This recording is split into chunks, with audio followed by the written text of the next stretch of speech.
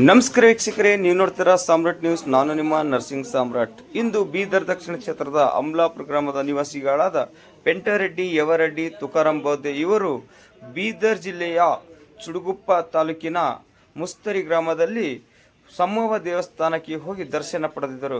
ಈ ಒಂದು ದರ್ಶನ ಪಡೆಯಲು ಕಾರಣಕರ್ತರಾದ ಶಿವರಾಜ್ ಭಾಕ್ಷಿಕತ್ ಅವರ ಒಂದು ಕಾರ್ಯಕ್ರಮವನ್ನು ರೂಪಿಸಿದರು. ಅದೇ ಸಂದರ್ಭದಲ್ಲಿ ಹೋದ ಯವರೆಡ್ಡಿ ಪೆಂಟರೆಡ್ಡಿ ತುಕಾರಾಂ ಬೋದೆ ಇವರು ಸಮ್ಮವ್ವನ ದೇವಸ್ಥಾನಕ್ಕೆ ಹೋಗಿ ಅಲ್ಲಿನ ದರ್ಶನ ಪಡೆದು ಬಂದಿದ್ದರೆಂದು ತಿಳಿಸಲಾಗುತ್ತದೆ. ನಮಸ್ಕಾರ.